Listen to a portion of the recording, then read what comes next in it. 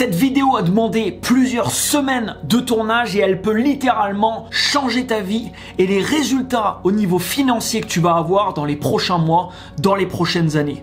Dans cette vidéo, je t'ai fait un résumé complet du livre Les secrets d'un esprit millionnaire, un livre qui a déjà impacté des millions de personnes et je t'ai extrait les éléments essentiels de ce livre qui vont permettre d'avoir un gros impact sur ta vie et surtout sur tes finances. Alors c'est parti, on démarre tout de suite avec la première partie du livre où on va parler de programmation interne, puis ensuite on arrivera à la deuxième partie dans laquelle tu apprendras des stratégies concrètes que tu vas immédiatement pouvoir mettre en place. Alors on démarre tout de suite avec la première partie. Donc il commence le livre en expliquant que les lois extérieures au niveau financier incluent des choses comme la connaissance des affaires, la gestion financière et les stratégies d'investissement, mais ce qu'il appelle le jeu intérieur est de la même importance. Le fait est que votre caractère, votre mode de pensée et vos croyances jouent un rôle crucial dans ce qui détermine l'étendue de ta réussite. Ensuite il cite un de ses auteurs favoris qui est Stuart Ward qui dit « La clé de votre réussite consiste à augmenter votre propre énergie. Si vous le faites, les gens seront naturellement attirés par vous et quand ils se présenteront à vous, envoyez-leur la facture. » Alors tout au long du livre, il va partager différents principes d'enrichissement. Voici le premier. Votre revenu ne pourra évoluer que dans la mesure où vous évoluez vous-même. Ensuite, il partage que avoir de l'argent finalement, ça suffit pas. Il y a beaucoup de gens fortunés ou qui étaient fortunés auparavant qui sont aujourd'hui ruinés. D'ailleurs, les gagnants au loto ou à la loterie sont des parfaits exemples parce qu'il y a beaucoup d'entre eux au final, au fur et à mesure des années, qui ont tout perdu. Il parle ensuite d'un principe extrêmement important, ton thermostat financier. Où est placé ton thermostat financier? Le thermostat financier, par exemple, d'un milliardaire est placé sur des milliards. Si tu donnes $1 million à un milliardaire, pour lui, en fait, c'est rien. Il a l'impression d'être fauché, en fait, avec 1 million. Parce que son thermostat financier à lui, il est basé sur des milliards, non sur des millions. Et la majorité des gens, finalement, si tu regardes leur thermostat financier, où il est placé, il est placé généralement sur des milliers d'euros, voire sur des centaines d'euros, voire certaines personnes qui ont l'habitude de vivre avec de l'argent qui n'est pas à eux, c'est-à-dire qu'ils sont constamment en train de s'endetter et de faire par exemple de nouveaux crédits. Pour donner un parfait exemple de ça, si tu prends par exemple n'importe quel type de millionnaire qui a créé sa fortune, bien sûr lui-même, pas qu'il a hérité, si tu le mets à poil demain dans une ville par exemple, il n'a plus rien, imaginons qu'il a tout perdu. La majorité de ces gens, les gens qui ont vraiment créé leur fortune par eux-mêmes, reproduiront les résultats qu'ils ont eus auparavant, tout simplement parce que intérieurement, ils sont conditionnés sur ce type de résultats. Donc ensuite, il dit, cela signifie que si vous souhaitez changer les fruits, vous devez d'abord changer les racines. Si vous souhaitez changer le visible, vous devez d'abord changer l'invisible.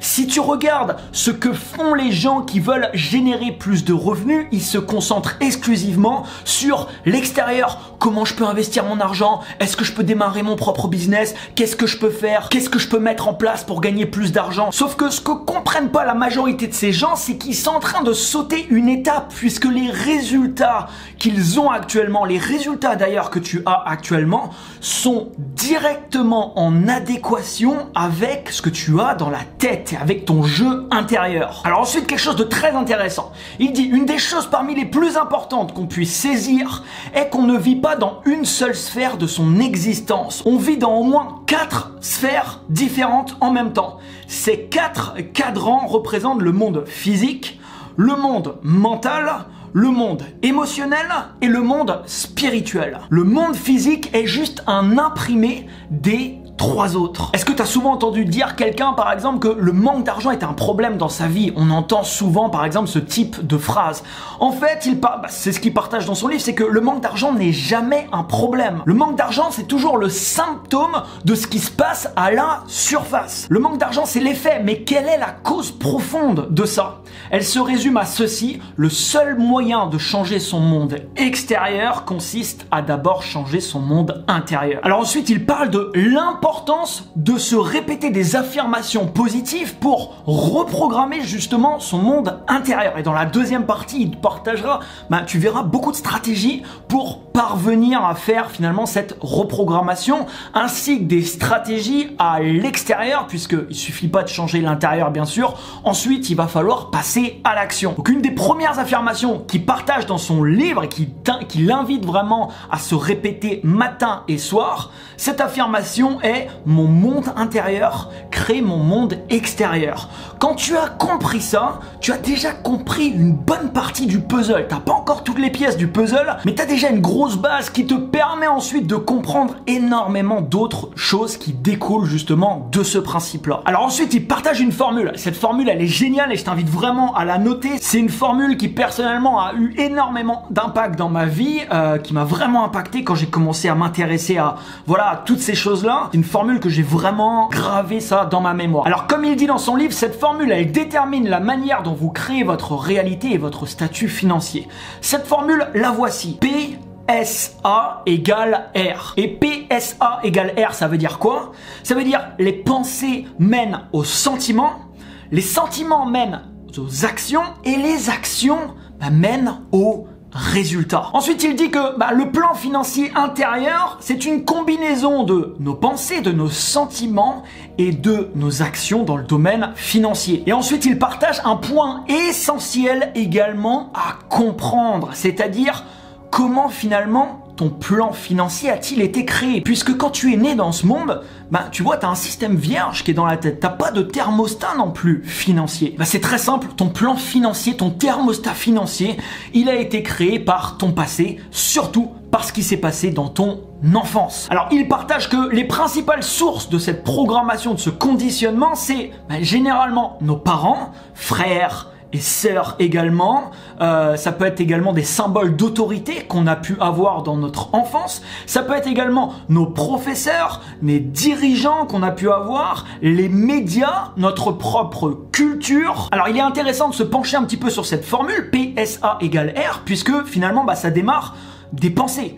Les pensées amènent aux sentiments, les sentiments amènent aux actions qui amènent directement à des résultats que tu vas avoir dans ta vie. La question qu'on peut se poser du coup, c'est d'où viennent tes pensées? Et pourquoi par exemple tu vas différemment penser que moi, je vais différemment penser que mon voisin, et on va tous avoir des pensées finalement qui vont être différentes. C'est là qu'il partage du coup une deuxième formule pour approfondir un petit peu, et cette deuxième formule c'est PSA égale R. Et le premier P du coup, il correspond à quoi? Ça correspond à programmation. Et il partage que notre programmation est conditionnée de 3 manières différentes. La première, c'est qu'est-ce que tu as entendu pendant ton enfance. La deuxième, c'est qu'est-ce que tu as vu pendant ton enfance. Et la troisième, c'est qu'est-ce que tu as vécu? Quelles sont les expériences que tu as pu faire dans ton passé? Expériences qui généralement au fur et à mesure des années ont donné raison à toutes les programmations que tu as commencé à entrer dans ta tête, qui font que ces programmations deviennent encore plus puissantes au fur et à mesure des années. Donc ensuite, il donne des exemples sur la programmation, par exemple verbale. Qu'est-ce que tu as entendu? Tu as certainement, tu vois, il y a beaucoup de gens qui répètent le même type de phrase. L'argent ne fait pas le bonheur, l'argent ne pousse pas dans les arbres, les riches sont tous des cons, blablabla. Bla bla. Tu sais, toutes ces phrases qui sont parfois transmises de génération en génération et qui malheureusement, si tu as ça d'implanté dans la tête au sein d'une croyance vraiment profonde, il y a de très grandes chances que dans ta vie, tu n'auras jamais d'argent. Parce que si tu as la croyance que les riches sont tous des cons, tu n'as automatiquement pas envie d'être con. Donc que tu sois conscient ou pas de ça, de toute manière, cette phrase est insérée dans ton subconscient et fera en sorte que dans ta vie, tu n'auras jamais d'argent. Et si un jour tu en as, tu mettras en place automatiquement un automatisme de sabotage et tout un tas d'actions qui vont faire en sorte que tu vas perdre ton argent. Il partage que tout ce que nous entendons dire au sujet de l'argent quand nous sommes jeunes reste dans notre subconscient, inscrit dans le plan qui va diriger ensuite notre vie financière. Surtout quand ces phrases, elles sont répétées par des gens à qui tu accordes de l'autorité. Et à qui tu vas accorder de l'autorité quand tu es jeune? Généralement tes parents, tes professeurs, des médias, la culture dans laquelle par exemple tu grandis, etc., etc. Alors ensuite il partage partage un autre principe d'enrichissement extrêmement important. Je t'invite également à noter ça. Lorsque le subconscient, écoute bien ça, doit choisir entre des émotions profondément ancrées et la logique, les émotions l'emporteront presque toujours sur la logique. Ensuite, il partage les 4 éléments clés du changement. Alors bien sûr, c'est pas le tout de savoir, tu vois, tout ça. L'important, c'est comment ensuite tu peux le modifier et comment tu peux te programmer sur des résultats, par exemple, financiers importants. Il partage qu'il y a 4 éléments clés de changement et chacun est essentiel à la nouvelle programmation de son plan financier intérieur. Ils sont simples mais d'une grande puissance et le premier élément, c'est la prise de conscience. La prise de conscience. Il y a quelque chose que je veux que tu fasses qui est très très simple à faire. Observe autour de toi. Par exemple, si tu connais des gens qui ont des enfants, regarde les salaires qu'ont ces personnes et regarde le salaire des enfants.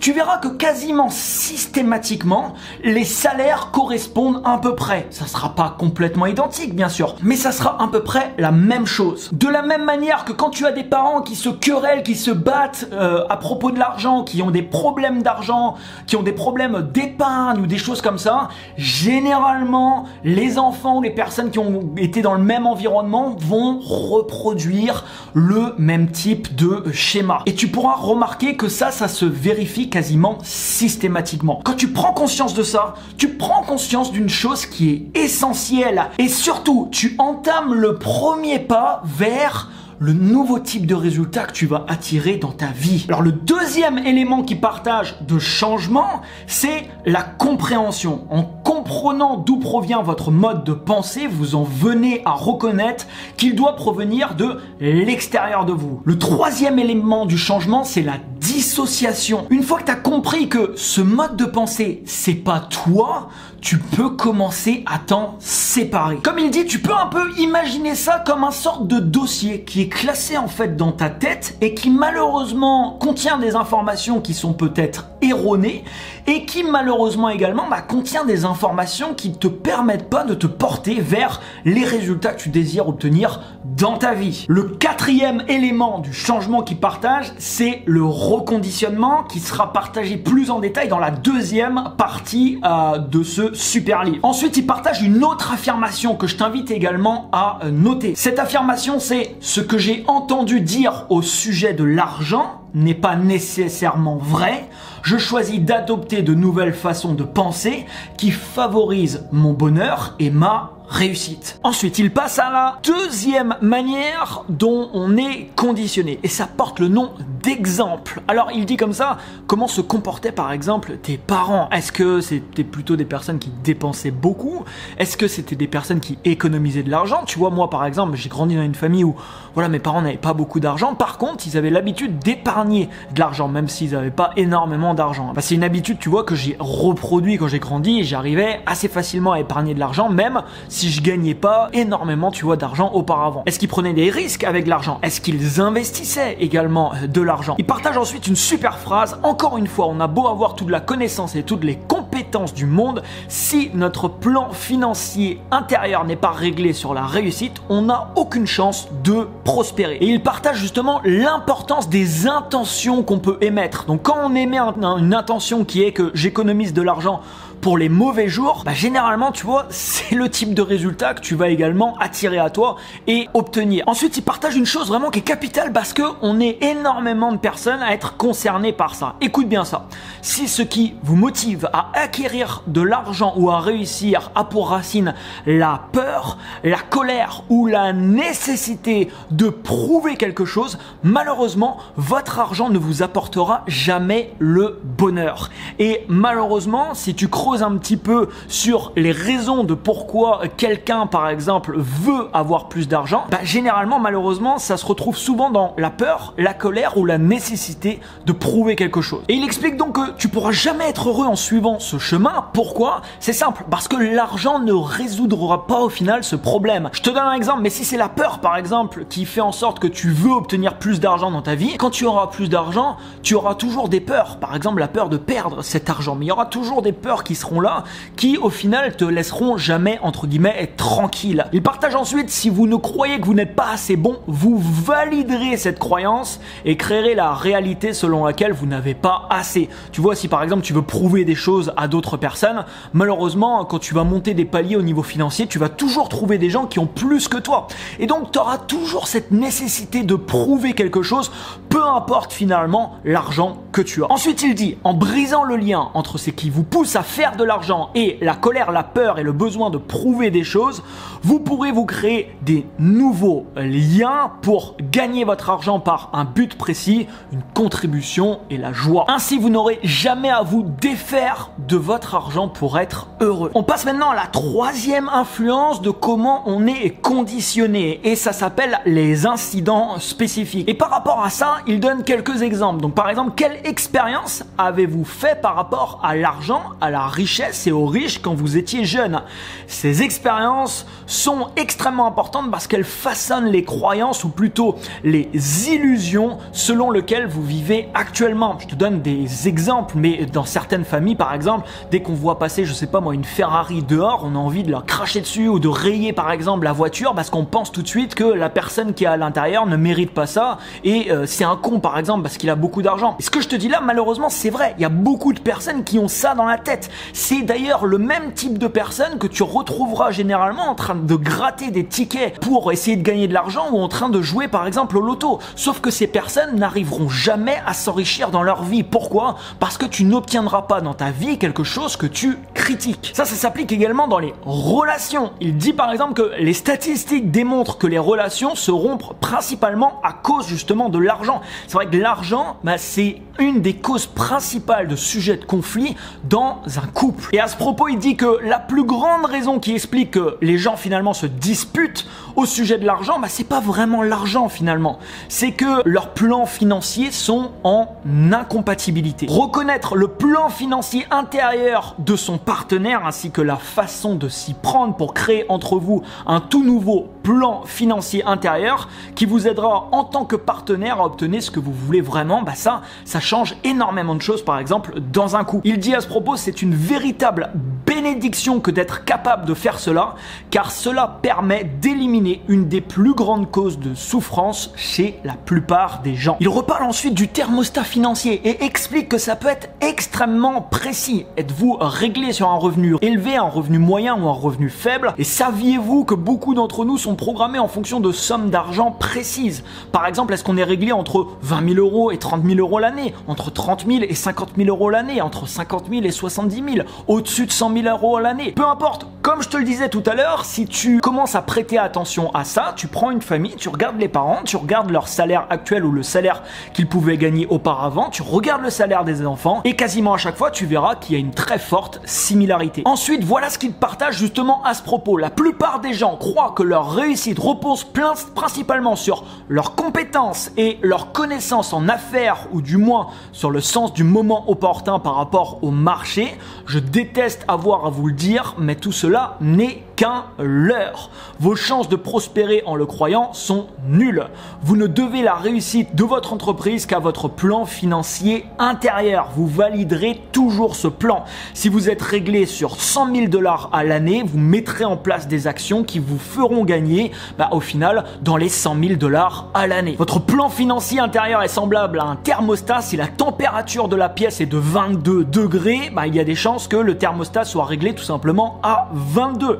Et c'est ici que les choses deviennent très intéressantes. Et comme il dit, si par exemple tu ouvres la fenêtre de la pièce sur laquelle le thermostat est réglé à 22 et qui fait extrêmement froid dehors, la température de la pièce potentiellement, tu vois, elle peut descendre. Elle peut descendre, imaginons, à 18, 16 degrés. Mais qu'est-ce qui va se passer quand tu refermes la fenêtre? La température va automatiquement remonter à 22 degrés. Et pareil dans l'autre sens. C'est exactement la même chose pour toi. Tu peux un jour par exemple décrocher un gros lot ou avoir une promotion ou faire en sorte que tu as gagné quelque chose qui fait que tu as beaucoup plus de revenus d'un coup, puis tu reviens tout simplement à ce sur quoi tu es entre guillemets régulé. Le seul moyen de changer son degré de réussite financière est de régler de manière permanente son thermostat financier. Et il est très catégorique sur le sujet, il peut dire vous pouvez essayer n'importe quoi d'autre, vous pouvez essayer par exemple d'augmenter vos connaissances en affaires, en marketing, dans la vente, la négociation, dans la gestion, dans l'immobilier, dans la bourse, peu importe. Ce sont tous des outils extraordinaires, mais en bout de ligne, sans un coffre à outils intérieur suffisamment grand et solide pour vous permettre de générer et conserver beaucoup d'argent,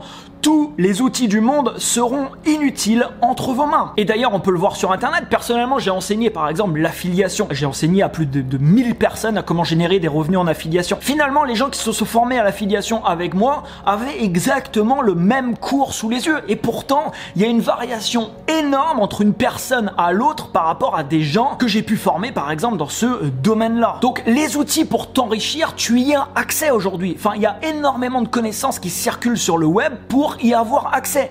Le problème, c'est que la majorité des gens passent à côté de l'essentiel. L'essentiel, c'est toi, et l'essentiel, c'est ce qu'il y a à l'intérieur de toi. Et on va arriver donc à la deuxième partie du livre, qui est encore plus passionnante que la première. La deuxième partie du livre, c'est 17 façons dont les riches pensent et agissent différemment que les gens pauvres et la classe moyenne. Avant de démarrer cette deuxième partie, je t'invite à mettre un énorme pouce juste en dessous, ça aidera à faire connaître mon travail. Alors, il commence cette deuxième partie en disant les riches pensent très différemment des gens pauvres et de la classe moyenne, ils pensent différemment au sujet de l'argent, de la richesse, d'eux-mêmes, également des autres et de presque toutes les autres dimensions de leur vie.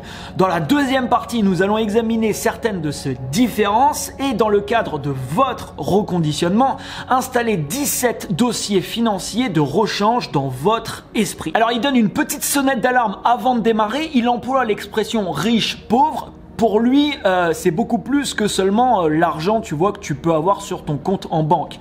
Pour lui, une personne pauvre, c'est également intérieurement, c'est-à-dire dans son état d'esprit. Donc, il emploie ces expressions pour que ça soit très simple à comprendre, mais il va faire bien sûr, du coup, beaucoup de généralités. Il dit également, au début de cette deuxième partie, je vais vous demander de renoncer au désir d'avoir raison.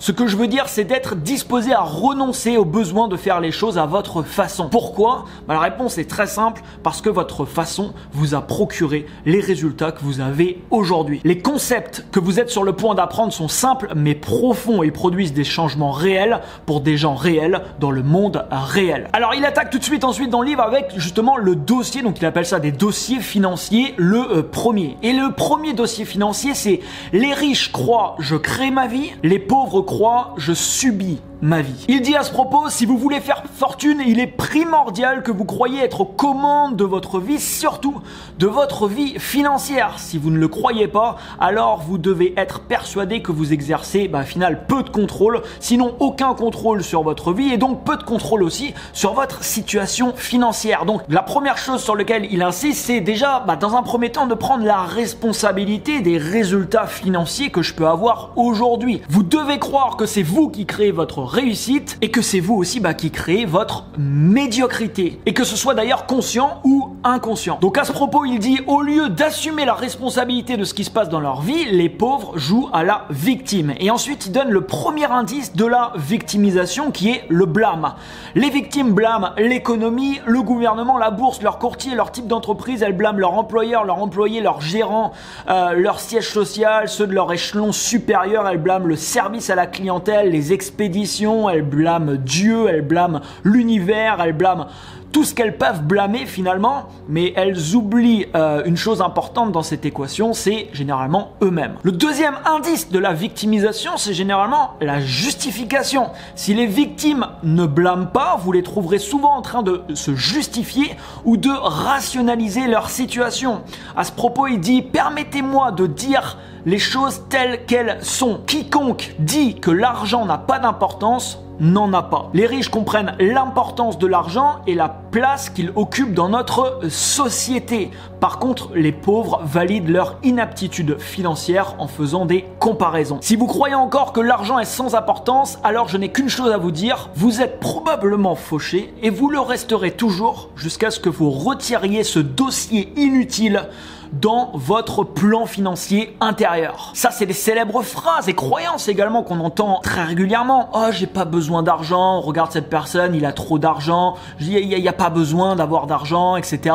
Le problème, c'est que dans la société dans laquelle on vit aujourd'hui, oui, l'argent permet de faire énormément de choses. Ça permet également d'être libre finalement. Libre de ce que tu veux faire, libre de l'hôtel par exemple que tu vas réserver si tu pars voyager par exemple dans un endroit qui te fait rêver, libre d'aller dans le restaurant que tu souhaites.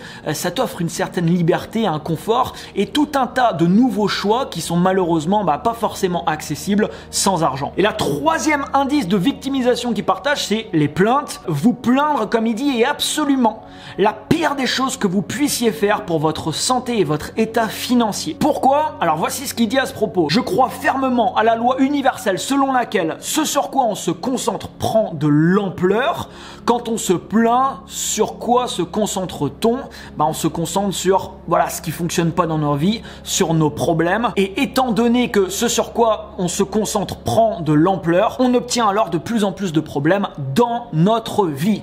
Quand on se plaint, on devient un véritable aimant à emmerde. C'est la phrase qu'il partage dans son bouquin, je t'invite à la noter. Quand tu te plains, tu deviens un aimant à emmerde. Et il dit à ce propos, je vous garantis que vous serez vraiment étonné de voir combien votre vie peut changer quand vous cesserez de vous concentrer sur les emmerdes de votre vie et par conséquent, de les attirer. Il partage ensuite quelque chose d'intéressant qui est que généralement quand on se victime, on a une récompense derrière ça. Et derrière la récompense de la victimisation vient l'attention des gens. Et souvent, il y a beaucoup de personnes qui se retrouvent dans des schémas pour attirer et pour avoir l'attention d'autres personnes. Ils vont dans des schémas de plainte où ils dramatisent tout ce qui va leur arriver dans leur vie pour avoir une oreille attentive en face d'eux, quelqu'un qui va leur donner de l'attention. Et malheureusement, ils rentrent dans un schéma sans même le savoir, extrêmement toxique pour eux et qui fait en sorte d'attirer précisément à eux les résultats qu'ils ne veulent pas. Il dit ensuite, l'heure est venue de décider. On peut être une victime ou on peut être riche, mais on ne peut pas être les deux. Écoutez, chaque fois, et je dis bien chaque fois qu'on rejette le blâme, qu'on se justifie ou qu'on se plaint, on se tranche la gorge financièrement. Le temps est venu de regagner votre pouvoir et de reconnaître que vous créez tout ce qu'il y a dans votre vie et tout ce qui ne s'y trouve pas d'ailleurs aujourd'hui. Réalisez que vous créez votre richesse, votre pauvreté et tout ce qu'il y a également entre les deux. Ensuite, il arrive au dossier financier numéro 2. Et ce dossier en question, c'est les riches jouent au jeu de l'argent pour gagner. Les pauvres jouent au jeu de l'argent pour ne pas perdre. Les gens qui ont peu d'argent, généralement, jouent au jeu de l'argent de manière défensive plutôt qu'offensive. Généralement, comme il dit, ils se préoccupent principalement de leur survie et de leur sécurité. Le problème, c'est que comme c'est leur objectif, c'est exactement ce qu'ils obtiennent. Donc à ce sujet, il partage quel est votre but? Quel objectif poursuivez-vous? Quelle est votre véritable intention? Le but des gens vraiment riches est de nager dans la richesse et l'abondance. Ne pas avoir un peu d'argent, mais beaucoup d'argent. Alors que généralement, le but des pauvres, comme ils le partagent, c'est avoir assez pour payer les factures. Personnellement, j'ai été dans cette situation. Il y a plein de fois avant, je voulais avoir assez d'argent pour faire mes courses, payer mon loyer et faire mes factures. Qu'est-ce que j'avais à la fin du mois? À la fin du mois, j'obtenais exactement ce résultat. C'est-à-dire que j'avais assez pour payer mes factures. Donc il dit, permettez-moi de vous rappeler le pouvoir de l'intention. Lorsque votre intention est d'en avoir assez pour payer les factures, voilà exactement ce que vous obtiendrez. Ensuite, il parle des gens de la classe moyenne. Et il dit, les gens de la classe moyenne font un pas de plus, mais c'est dommage qu'ils s'arrêtent là. C'est-à-dire que leur objectif au niveau financier est de pouvoir être à l'aise. Or, je suis désolé de vous décevoir, mais il existe une énorme différence entre être à l'aise et être riche. Et il partage, si vous avez pour objectif d'être à l'aise, vous ne serez probablement jamais riche. Tu as certainement déjà entendu cette célèbre citation qui dit « Si vous visez les étoiles, vous atteindrez au moins la lune ». Et c'est clair qu'au niveau financier, c'est très important de mettre la barre haute. Même si tu n'atteins pas, tu vois l'objectif très très haut que tu t'as pu te fixer, tu obtiendras généralement un objectif beaucoup plus important que si tu t'étais fixé des objectifs traditionnels. Il dit ensuite « Si on veut devenir riche, on doit en faire son but ». but, pas seulement d'avoir assez d'argent pour payer les factures et pas seulement d'en avoir assez pour être à l'aise. Riche veut dire riche. Ensuite, on arrive donc au troisième dossier financier. Et avant de t'en parler, j'aimerais que tu m'écrives dans les commentaires quel est ton but au niveau financier et quel est ton objectif au niveau financier dans les 5 prochaines années. Le troisième dossier financier qui partage, c'est les riches se sont engagés à être riches. Les pauvres veulent être riches. Et ça, ça fait également une énorme différence.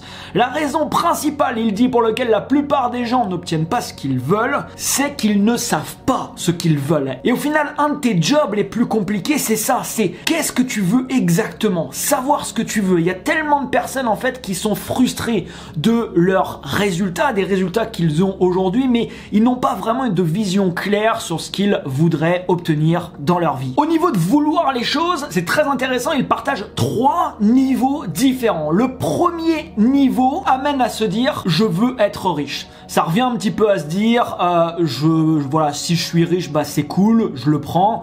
Maintenant, si ça se passe pas, c'est pas gênant. Il dit à ce propos, le seul fait de vouloir, malheureusement, ne sert à rien. Avez-vous remarqué que vouloir quelque chose ne conduit pas nécessairement à l'avoir? Comment savoir que cela est vrai? C'est très simple. On confronte cette idée à la réalité. Des milliards de personnes veulent être riches, mais c'est loin d'être le cas. C'est vrai que si tu vas dans la rue là tout de suite et que tu accostes tous les passants en leur demandant s'ils veulent être riches, la majorité des gens vont te dire oui. Le problème, c'est que juste vouloir quelque chose dans ta vie, ça ne suffit pas. Alors le deuxième niveau qui partage, c'est amener à se dire je choisis d'être riche. Cela nécessite qu'on décide de devenir riche. Le choix engage une énergie beaucoup plus grande et va de pair avec le fait d'être responsable de créer sa propre réalité. Le mot décision vient du mot latin decidere qui signifie tuer toute alternative. Donc il dit que ce choix, il est meilleur que le premier, mais c'est pas ce qu'il y a de mieux. On arrive au troisième niveau. Et le troisième niveau, c'est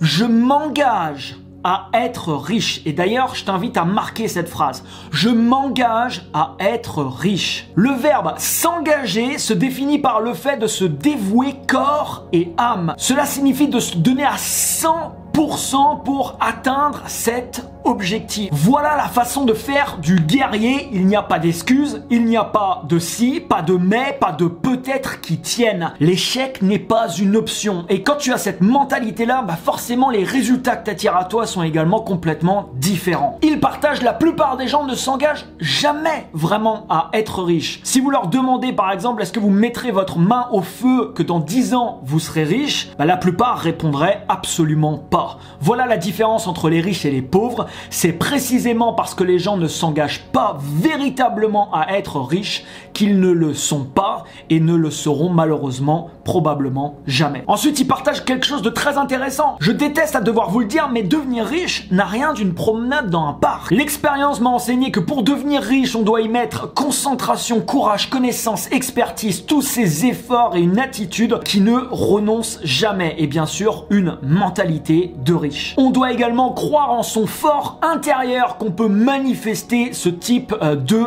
résultat. La première personne à convaincre, c'est pas les autres, c'est toi-même. Ici encore, ce que cela signifie, c'est que si on n'est pas vraiment pleinement engagé dans cet objectif, on risque de ne jamais connaître la richesse. Il partage ensuite une citation intéressante, c'est une de ses citations préférées qui provient de l'explorateur Murray qui a écrit ce qui suit au cours d'une de ses premières expéditions dans l'Himalaya. Écoute bien ça. Tant qu'on ne s'est pas engagé, on a des hésitations. On risque de revenir sur sa décision, on est toujours inefficace. Dans tout acte d'initiative et de création réside une vérité élémentaire, dont l'ignorance tue d'innombrables idées et plans brillants.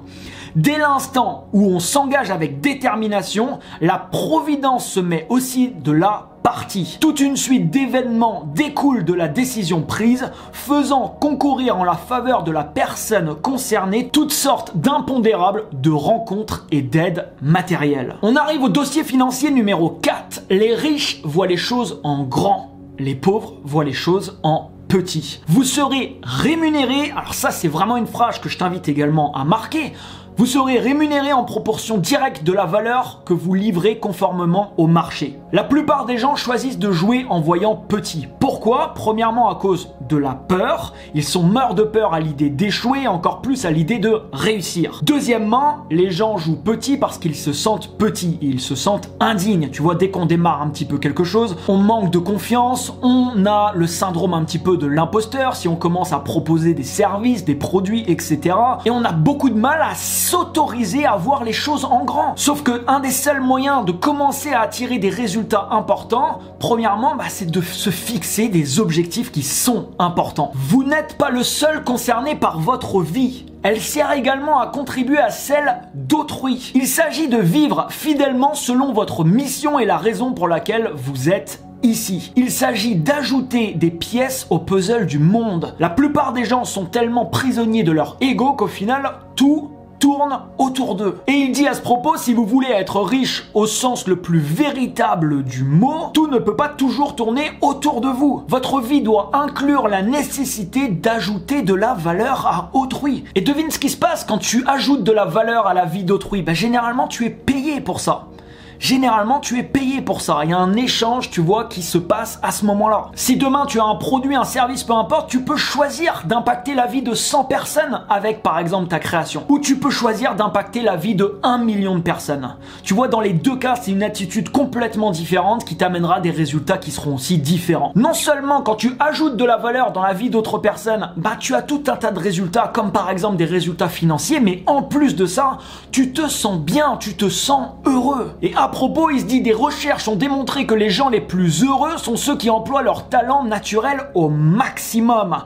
Une partie de votre mission dans la vie est donc de consister à partager vos dons et votre valeur avec autant de gens que possible. Je vois bien trop de gens jouer beaucoup trop petit et bien trop de gens permettent à leur ego paralysé par la peur de les dominer. Il dit ensuite, le monde n'a pas besoin de plus de gens qui jouent petit. L'heure est venue d'arrêter de se cacher et de commencer à sortir de sa cachette. L'heure est venue d'arrêter d'avoir des besoins et de commencer à avoir du leadership. L'heure est venue de commencer à partager ses dons plutôt qu'à en faire la collection ou à prétendre qu'ils n'existent pas. L'heure est venue de commencer à jouer le jeu de la vie en voyant les choses en grand. On arrive au dossier financier numéro 5. Les riches se concentrent sur les occasions, les pauvres se concentrent sur les obstacles. Donc il dit, les riches voient la croissance éventuelle, les pauvres voient la perte éventuelle. Les riches se concentrent sur les récompenses, les pauvres se concentrent sur les risques. Tout revient à la question vieille comme le monde, le verre est-il à moitié plein ou à moitié vide? On ne parle pas ici de pensée positive, on parle de votre perception habituelle du monde. Il parle ensuite de la chance et il dit à ce propos, la chance ne vous sourira pas à moins que vous passiez à l'action. Les opportunités, il faut que tu vois ça un petit peu comme il y a un muscle que tu peux avoir à l'intérieur de ton esprit. Ce muscle, tu peux le développer. Je peux te garantir que il y a des personnes, par exemple, tu les amènes dans une grosse ville à quelque part, ils vont repérer tout un tas de choses, ils vont voir énormément d'opportunités. Et il y a des personnes, ils vont voir tout le contraire. Ensuite, il y a un passage très intéressant. Il y a aussi un autre principe clé qui s'impose ici, celui selon lequel les riches se concentrent sur ce qu'ils veulent, alors que les pauvres se concentrent sur tout ce qu'ils ne veulent pas. Encore une fois, la loi universelle énonce ceci, ce sur quoi on se concentre prend de l'ampleur. Si tu te concentres forcément sur trouver par exemple des opportunités, c'est le type de choses que tu vas commencer également à percevoir. Si tu es constamment concentré sur le manque, malheureusement, les opportunités qui te passent parfois sous les yeux, tu ne les vois pas. Parce que les riches se concentrent sur les occasions en toute situation, les occasions se multiplient pour eux. Leur plus grand problème ensuite consiste à gérer toutes les occasions qu'ils voient de faire de l'argent. Et c'est vrai que quand tu as finalement cet état d'esprit, ensuite, un de tes travails, c'est de rester focus sur quelque chose parce que tu vois finalement énormément d'opportunités. Et malheureusement, tu le sais probablement, mais si tu te disperses partout, c'est également un bon moyen de pas vraiment avoir les résultats que tu souhaites. Si vous voulez devenir riche, concentrez-vous sur les moyens de faire de l'argent, de le garder et de l'investir. Si vous voulez être pauvre, concentrez-vous sur les moyens de dépenser votre argent. Vous avez beau lire 1000 livres et suivre 100 conférences portant tous sur la réussite, tout cela au final se résume à cette simple phrase. Les pauvres ne passent jamais à l'action et perdent donc toujours la partie. Les riches voient une occasion, sautent dessus et s'enrichissent davantage. Pour ce qui est des pauvres, il en reste au stade des préparatifs. Combien de personnes tu as pu entendre dire « Ah, cette idée-là » mais je l'avais eu il y a quelques années en arrière. La différence ici, c'est que tu as eu une idée, mais c'est resté à l'état d'idée parce que tu avais peur peut-être, parce que voilà, il y avait tout un tas de choses derrière. Les gens qui ont des résultats dans ce monde, c'est les gens qui passent à l'action massivement. Oui, tu vas te tromper. Oui, ce sera pas parfait, mais tu t'en fous. L'important, c'est d'évoluer et de grandir. On passe au dossier financier numéro 6. Écoute bien ça. Les riches admirent les autres riches. Et ceux qui réussissent, les pauvres en veulent aux riches et aux gens qui réussissent. Il dit au début de ce chapitre, vous devez réaliser que si vous percevez les riches comme mauvais d'une certaine manière et que vous souhaitez être une bonne personne, cela vous sera impossible. En effet, comment pourriez-vous être ce que vous méprisez? C'est effarant de voir le ressentiment et même la colère déclarée que tant de pauvres éprouvent envers les riches. Il y a des gens qui ont cette croyance qui disent « Ah, mais les riches ont déjà pris tout l'argent, il n'y en a plus pour moi. » Et il dit à ce propos, bien entendu, voilà tout à fait le discours de la victime, on en a déjà parlé ensemble. Énormément de gens, écoute bien ça parce que ça c'est finalement des choses que tu retrouveras énormément et dans énormément de familles. Beaucoup de gens ont été conditionnés à croire qu'on ne peut pas être à la fois riche et une bonne personne, ou à la fois riche et être spirituel. Il y a beaucoup de gens par exemple qui disent « Oh mais moi l'argent ça m'intéresse pas, je suis quelqu'un de spirituel. » Ou moi, bah non, je veux être heureux, donc voilà, je suis pas en train de courir après l'argent, je veux être heureux. C'est pas l'un ou l'autre, tu peux être heureux, tu peux avoir beaucoup d'argent dans ta vie, tu peux être quelqu'un également de spirituel et être complètement épanoui sur ces trois plans. Bien sûr, si tu as cette croyance que ce n'est pas possible ou qu'il faut choisir entre l'un et l'autre, forcément, tu n'obtiendras pas ce type de résultat. Et il dit à ce sujet, c'était aussi ma façon de penser auparavant. D'ailleurs, moi, c'est la même chose. Enfin, c'est comme ça que je pensais également il y a quelques dizaines d'années, tu vois, en arrière.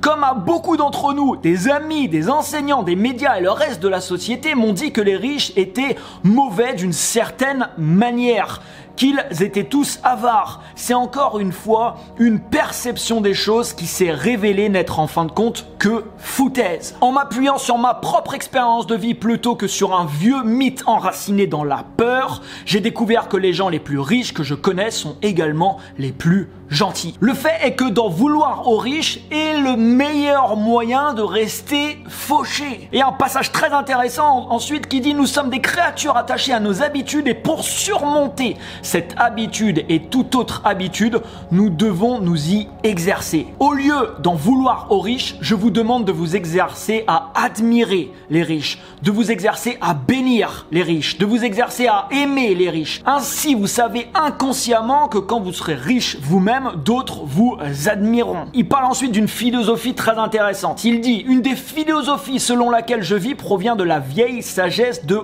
Huna, qui sont des enseignements d'origine des chefs hawaïens. Elle se présente comme ceci. Bénis ce que tu souhaites avoir. Si tu vois quelqu'un qui a une belle maison, bénis cette personne et bénis cette maison. Si tu vois quelqu'un qui a une belle voiture, bénis cette personne et bénis cette voiture. Si tu vois quelqu'un qui a une belle famille, bénis cette personne et bénis cette famille. » Et pour finir ce point précis, je te dirais même apprends des personnes qui ont ce que tu aimerais avoir dans ta vie. Comprends comment ces gens fonctionnent, comment ces gens pensent, quelles sont leurs croyances, quelles sont les stratégies qu'ils ont mis sur pied et quel est le type de conditionnement intérieur qui ont pu les emmener là où ils sont aujourd'hui. Parce que comme on a pu déjà le voir ensemble, ce n'est pas juste qu'est-ce qu'ils ont fait, quelle est l'action vraiment qui les a amenés là où ils sont. Non, c'est avant tout un état d'esprit qui les a amenés à obtenir les résultats qu'ils peuvent avoir aujourd'hui. On arrive au dossier financier numéro 7. Les riches s'associent aux gens positifs qui réussissent, les pauvres s'associent aux gens négatifs qui ne réussissent pas. Et il dit à ce propos, Pourquoi refaire le monde? Il existe des méthodes éprouvées pour réussir qui fonctionnent dans le cas de presque toutes les personnes qui les mettent en pratique. Par conséquent, le moyen le plus rapide et le plus facile de faire fortune consiste à découvrir exactement les riches qui sont passés maîtres au jeu de l'argent y jouent. Et dans le monde dans lequel on vit aujourd'hui, tu vois, tout le monde a un avis sur tous les sujets. Et le problème, c'est qu'il y a beaucoup de personnes qui vont parfois te donner des conseils, mais c'est des gens, au final, qui n'ont pas vraiment les résultats que tu aimerais avoir. Alors, trouve des mentors, trouve des modèles, comme je te le disais auparavant, et duplique leur stratégie. C'est une question de bon sens. Si vous pouvez poser exactement les mêmes actions et que vous avez exactement la même conception des choses, il y a des chances que vous obteniez exactement les mêmes résultats. Il dit, chaque fois qu'on me présente à quelqu'un d'extrêmement riche, je crée le moyen de me retrouver en sa compagnie. Je veux lui parler, découvrir comment il pense, échanger des recommandations avec lui et, si nous avons autre chose en commun, me lier d'amitié avec lui. Alors c'est pas toujours facile, tu vois, et selon l'environnement dans lequel tu vis aujourd'hui, c'est pas forcément simple d'avoir des personnes autour de toi qui ont potentiellement les résultats que tu aimerais obtenir. On vit par contre dans un monde aujourd'hui où l'information circule librement, où tu peux te connecter à tout un tas de sources d'informations qui sont gratuites ou qui sont partagées par exemple dans des livres. Il y a énormément de choses que tu peux faire et tu peux finalement te plonger comme ça par exemple dans des biographies de personnes qui ont réussi ou qui ont les résultats que tu veux et découvrir tout un tas de choses sur eux malgré qu'ils sont pas, tu vois, directement à proximité de toi. Il dit ensuite quelque chose de très intéressant, la façon dont je vois les choses, c'est qu'il y a plus de 6,3 milliards de gens dans le monde, alors au moment où il a écrit son livre, puisqu'aujourd'hui on est plus de 7 milliards, et que je me mettrai jamais en selle avec quelqu'un de démoralisant. Ou bien il fait son chemin, ou bien je passe mon chemin. Souvenez-vous que l'énergie est contagieuse, soit que vous touchiez les gens, soit que vous infectiez les gens. Le contraire est aussi vrai, soit que les gens vous touchent, soit que les gens vous infectent. Permettez-moi de vous poser une question, serreriez-vous quelqu'un dans vos bras qui est gravement atteint de rougeole? La plupart des gens, bien sûr, répondraient non à cette question. Et il enchaîne en disant, vos pensées négatives sont la rougeole de votre esprit. Si tu passes constamment du temps avec des personnes qui ont des croyances limitantes qui te démoralisent et qui te tirent vers le bas en termes d'énergie, de motivation, d'idées que tu peux avoir, malheureusement pour toi, ça sera très compliqué d'évoluer tout simplement parce que ça te tire tout simplement vers le bas. Quand tu es entouré de personnes qui te portent vers le haut, qui te soutiennent et qui ont un état d'esprit qui vont également dans cette direction, ça peut créer dans ta vie une énorme différence. C'est pour ça qu'au maximum que tu peux, il est important d'essayer de se connecter avec des personnes qui t'inspirent. Il enchaîne en disant, je suis certain que vous avez déjà entendu le dicton qui dit qui se rassemble s'assemble. Retiens bien cette phrase. Savez-vous que la plupart des gens obtiennent dans les 20% du revenu moyen de leurs meilleurs amis. Voilà pourquoi vous auriez intérêt à mieux vérifier à qui vous vous associez et à mieux choisir avec qui vous passez votre temps. Il y a un autre dicton qui dit, l'important ce n'est pas ce qu'on connaît, mais qui on connaît. Si vous voulez voler en compagnie des aigles, ne nagez pas avec les canard, t'as déjà dû entendre également cette expression. Je me fais un devoir dans ma vie de ne côtoyer que les gens qui réussissent et qui sont positifs et plus important encore, je me dissocie des gens qui sont négatifs. J'ai fait à peu près la même chose dans ma vie. Aujourd'hui, je choisis vraiment mes relations avec une grande attention et il est très rare, même ça m'arrive plus jamais si je regarde ma vie de ces dernières années, de passer énormément de temps avec quelqu'un qui est constamment à se plaindre, qui est négatif ou qui tire mon énergie vers le bas. Et il ajoute également, je me fais également un devoir de me soustraire aux situations toxiques. Qu'est-ce qu'il appelle des situations toxiques? Par exemple, les disputes, les commérages, les coups dans le dos, les émissions de télé, tu vois, à 2 balles qui t'apportent rien du tout, et puis toute l'information que tu peux avoir des fois en ligne, les guéguerres entre les gens, les dramas, tout ça, ça t'apporte zéro. Alors tout ça, ça marche, ça fait cliquer les gens, ça fait vendre du papier également, et c'est pour ça que t'en verras toujours sous tes yeux. Quand tu vas sur YouTube par exemple, tu vois ce qui marche. Il y a un drama dernièrement qui fait énormément de clics et qui attire les gens. Il y a de grandes chances que tu le vois également toi, parce que ça fait cliquer les gens. Mais toute cette tas d'informations futiles et inutiles tire ton énergie vers le bas et t'apportera jamais au final des choses positives qui vont dans la direction de ce que tu veux obtenir dans ta vie. Donc fais attention aux informations que tu consommes. Fais également attention au type de discussion que tu peux avoir avec les gens. Le sujet principal de beaucoup de groupes de personnes et de personnes, c'est généralement on parle des autres, on fait du commérage, on critique les autres, etc. Ça c'est pareil, ça t'apporte rien du tout. Les riches côtoient des gagnants, les pauvres côtoient des perdants. Pourquoi? C'est une question d'aise. Les riches se sentent à l'aise avec d'autres personnes qui réussissent. Ils se sentent tout à fait dignes de se trouver en leur compagnie. Les pauvres se sentent mal à l'aise avec des gens qui réussissent. Soit qu'ils craignent de se faire rejeter, soit qu'ils ont l'impression de ne pas être à leur place. Et pour se protéger, l'ego se laisse ensuite aller au jugement et à la critique. Si vous voulez devenir riche, vous devez changer votre plan financier intérieur afin d'en venir à croire pleinement que vous êtes tout aussi bon que n'importe quel millionnaire ou multimillionnaire qui peut avoir sur cette planète. Le confort que tu as actuellement dans ta vie, c'est quelque chose d'extrêmement également toxique. Et je te donne un exemple concret. La première fois que j'ai dû aller dans des séminaires ou des masterminds, côtoyer des gens qui avaient plus de résultats que moi, là par exemple au moment où je tourne cette vidéo, je suis sur le point de m'inscrire à un mastermind qui est très très cher, qui se déroule aux États-Unis 4 fois par année, où je vais côtoyer des gens qui ont beaucoup plus de résultats que moi. Et bah tu vois, c'est un truc qui est challengeant et c'est un truc généralement qui nous fera peur parce que c'est pas une situation dans laquelle on est confortable. Le problème c'est que si tu côtoies des gens constamment dans lequel tu te sens vraiment confortable, c'est généralement pas le type de personnes qui ont les résultats que tu voudrais avoir dans ta vie. Donc vois les situations d'inconfort comme quelque chose de positif, quelque chose qui te fait progresser, qui te fait évoluer. On passe au dossier financier numéro 8. Celui-ci est capital. Les riches sont prêts à se promouvoir. Écoute bien ça, eux et leurs valeurs. Les pauvres voient la vente et la promotion d'un mauvais œil. Et ça c'est valable également pour énormément de personnes. Il dit à ce propos, les gens ont un problème par rapport à la promotion et à la vente. Les riches sont prêts par contre à faire la promotion de leurs vertus, leurs valeurs auprès de qui voudra bien les entendre et faire affaire avec eux du même coup. Finalement, certaines personnes sont d'avis que la promotion n'est pas digne d'eux.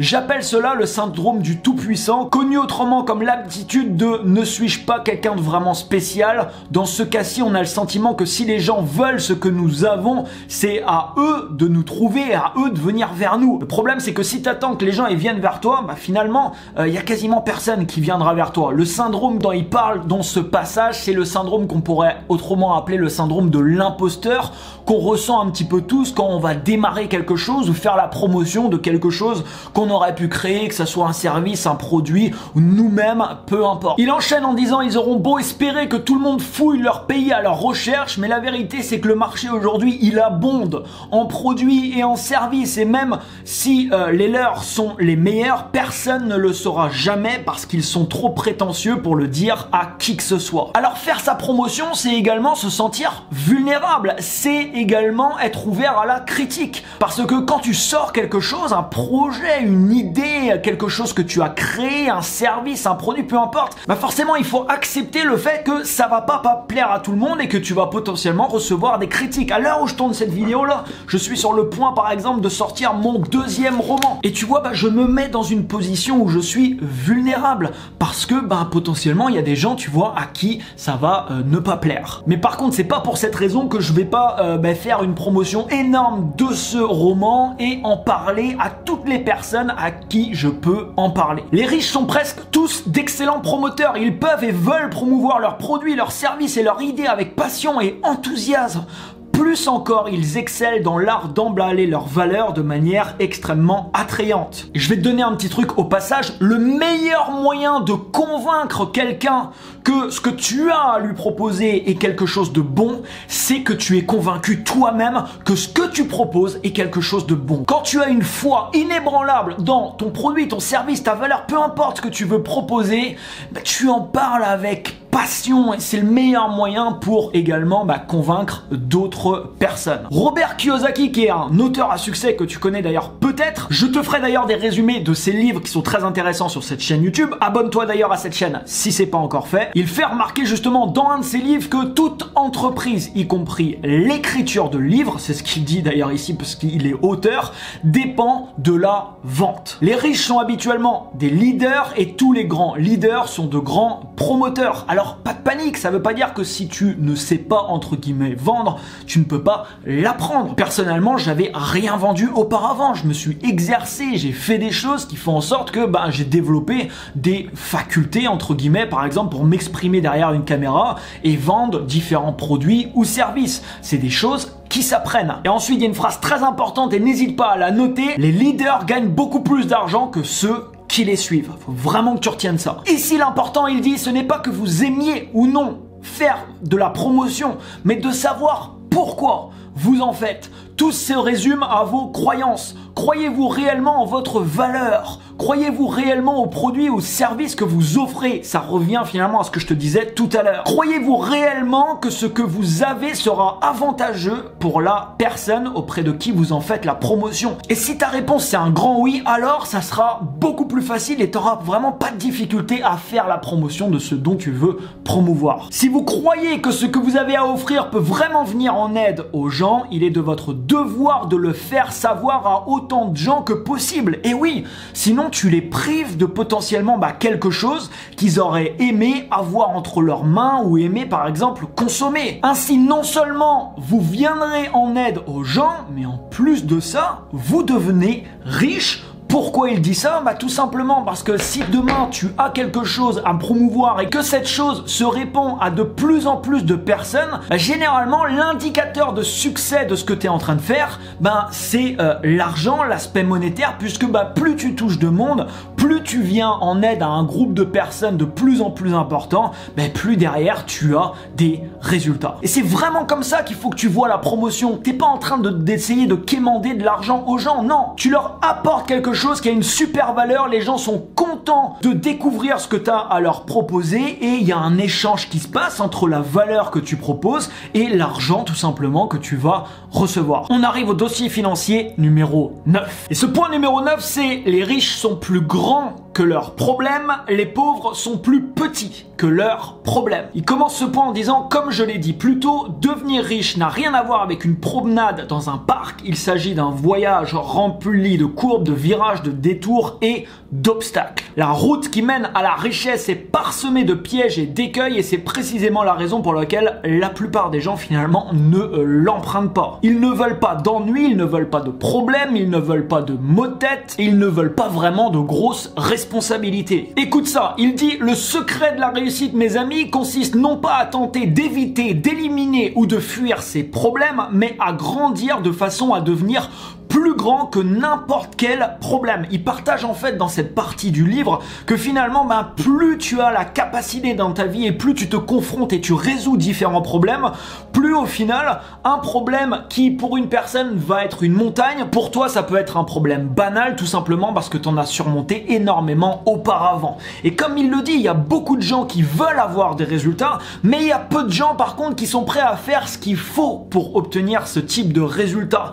Pour personnellement avoir monté beaucoup de projets ces dernières années et à avoir changé complètement les résultats que je pouvais avoir et les résultats financiers, au final ça m'a demandé une implication énorme et ça m'a demandé également de résoudre tout un tas de problèmes que j'ai pu avoir en continuant à avancer au final, même si voilà il y a des obstacles comme il le dit qui se présentent sur ton chemin. Ensuite il dit, si vous avez un grand problème dans votre vie, tout ce que cela signifie c'est que vous vous comportez en petite personne. Ne vous laissez pas berner par les apparences. Si vous souhaitez y apporter un changement permanent, cessez de vous concentrer sur la taille de vos problèmes et mettez-vous à vous concentrer sur votre taille à vous-même. Votre richesse ne pourra croître qu'en fonction de votre propre croissance. Le but est de grandir jusqu'à en venir à surmonter n'importe quel problème ou obstacle qui se dressera sur ton chemin. Et ensuite, donc, il enchaîne sur un point qui fait directement penser à ce qu'il a pu partager auparavant. Il dit, une des raisons pour lesquelles les riches sont plus grands que leurs problèmes nous ramène à un sujet qu'on a déjà abordé. Ils se concentrent pas sur le problème, ils se concentrent sur leur but, sur leur objectif. Cela signifie que soit vous vous plaignez du problème, soit vous travaillez à le résoudre. Et ça, c'est un focus qui est différent. Si tu es constamment concentré sur un problème qui survient dans ta vie, ce problème, il s'intensifie. Les émotions que tu vas associer au problème, elles s'intensifient également. Le meilleur moyen de résoudre un problème, c'est vraiment de tourner ton focus et immédiatement de penser en termes de solutions. Alors bien sûr, c'est pas toujours facile selon les problèmes qui peuvent t'arriver, mais dis-toi une chose, ça fait partie du chemin et chaque problème, c'est un petit peu un test qu'il y a sur ta route. Et derrière ce test, il y a une question. Cette question, c'est est-ce que tu es prêt? Est-ce que tu es prêt à passer au niveau supérieur? Parce que si tu fais marche arrière au premier problème que tu vas obtenir pour essayer d'emprunter un autre chemin qui te paraît plus facile, malheureusement, c'est quelque chose que tu vas répéter de manière continue. Les gens riches et qui connaissent la réussite sont axés sur les solutions. Ils consacrent leur temps et leur énergie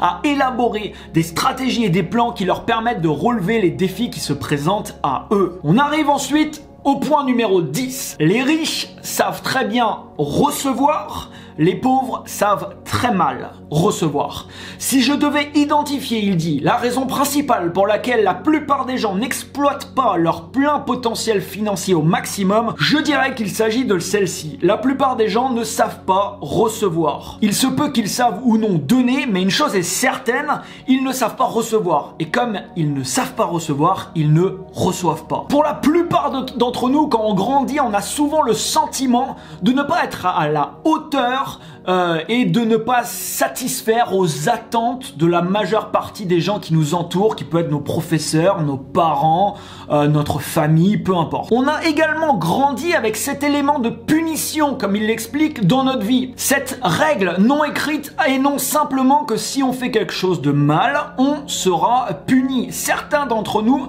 se sont fait punir par leurs parents, leurs professeurs, des gens de leur famille, etc. Et il dit, bien entendu, maintenant que nous sommes adultes, tout cela est terminé, n'est-ce pas? Bah la réponse c'est faux, parce que chez la plupart des gens, le conditionnement du châtiment est si enraciné en eux que, étant donné qu'il n'y a personne autour d'eux pour les punir lorsqu'ils font par exemple une erreur, ils se punissent eux-mêmes inconsciemment. En fin de compte, il dit, peu importe qu'on se sente digne ou non, on peut être riche d'une manière ou d'une autre. Il y a beaucoup de gens fortunés qui ne se sentent pas particulièrement dignes de l'être. En fait, il s'agit d'un des motifs principaux pour lesquels les gens veulent devenir riches, afin de prouver à eux-mêmes ou à d'autres personnes qui ils sont et leur propre valeur. Alors comme il a expliqué au début du livre, si la raison numéro 1 pour lequel tu veux t'enrichir, c'est de prouver quelque chose, que ce soit à toi-même ou aux autres, ça sera très difficile dans ta vie d'être heureux, tout simplement parce que même si tu atteins certains niveaux financiers, bah il y aura toujours une partie à l'intérieur de toi qui voudra constamment prouver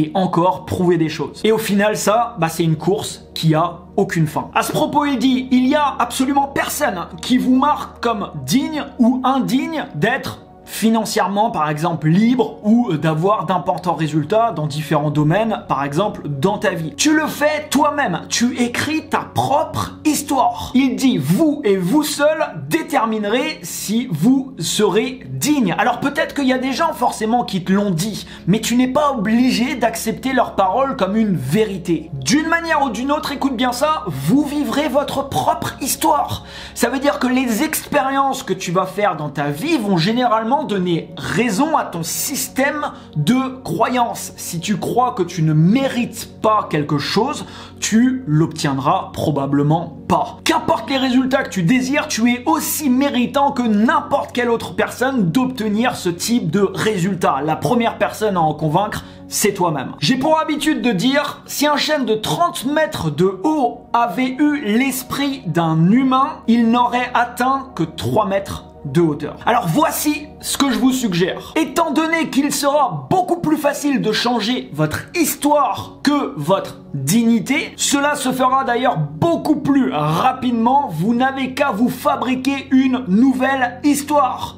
Une histoire qui vous valorisera beaucoup plus et qui sera en cohérence directe avec les résultats que tu veux attirer dans ta vie. Il partage ensuite une deuxième raison de pourquoi les gens ont du mal à recevoir. Et cette deuxième raison, c'est qu'ils ont cru au dicton « il vaut mieux donner que recevoir ». Il dit à ce propos « Permettez-moi de m'exprimer avec autant d'éloquence que possible, quelle idiotie.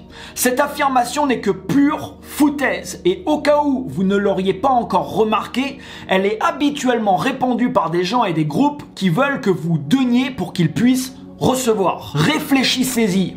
Comment pourriez-vous donner quoi que ce soit s'il n'y avait personne ni rien pour le recevoir? Les deux doivent être en parfait équilibre. Et étant donné que donner et recevoir doivent toujours s'équivaloir l'un l'autre, ils doivent toujours s'égaler l'un l'autre par leur importance.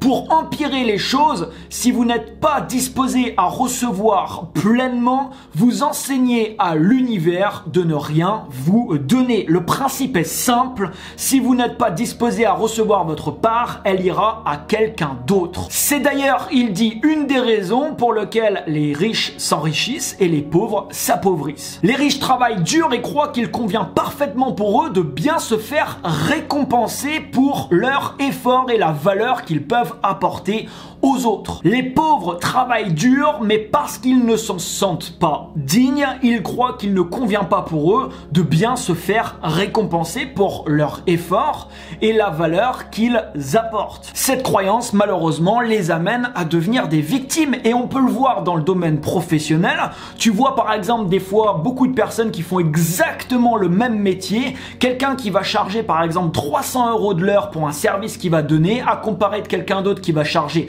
30 € de l'heure pour exactement le même service. Parfois, la personne à 30 € de l'heure n'est pas moins bien que l'autre personne. Au contraire, son service parfois peut être plus efficace. Mais pourtant, cette personne, écoute bien, devra travailler 10 fois plus pour gagner exactement la même somme d'argent que l'autre personne. Alors ensuite, écoute bien ça, j'aime beaucoup ce passage qui dit: un jour, un homme en larmes m'a abordé dans le cadre d'un de mes cours. Il m'a dit: je ne vois pas du tout comment je pourrais me sentir bien d'avoir beaucoup d'argent quand tant de gens n'en ont pas. Et c'est vrai, tu vois, il y a beaucoup de personnes qui ont également ce même type de croyance. Je lui ai alors posé quelques questions très simples. Quel bien faites-vous aux pauvres en étant des leurs? Et deuxième question, qui aidez-vous en étant fauché? Ensuite, il lui a dit: ne seriez-vous pas plus efficace en vous enrichissant vous-même afin de pouvoir ensuite venir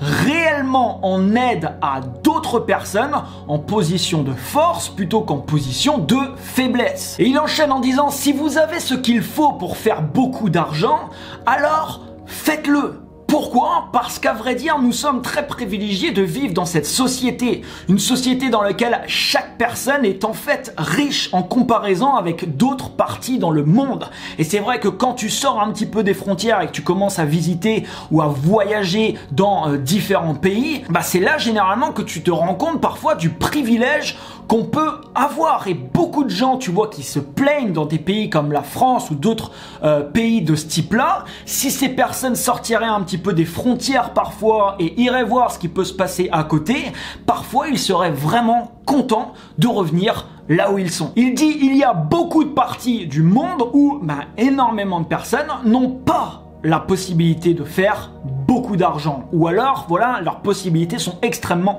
limitées. Si vous comptez parmi les gens qui ont la chance d'avoir cette possibilité, et chacun de vous là, sinon vous ne seriez pas en train de lire un livre comme celui-ci, on pourrait la transformer ces paroles en disant d'écouter une vidéo comme celle-ci. Alors employez tous les moyens qui sont à votre disposition pour vous enrichir. Devenez vraiment riche et aidez ensuite des gens qui n'ont pas eu les possibilités que vous avez eues. À mon avis, il dit cela a beaucoup plus de sens comparé à être fauché et à n'aider personne. Alors bien entendu à ça, il y a beaucoup de gens qui pourraient réagir et dire, comme il le dit, l'argent va me changer, si je deviens riche, je risque de devenir un de ces avares stupides.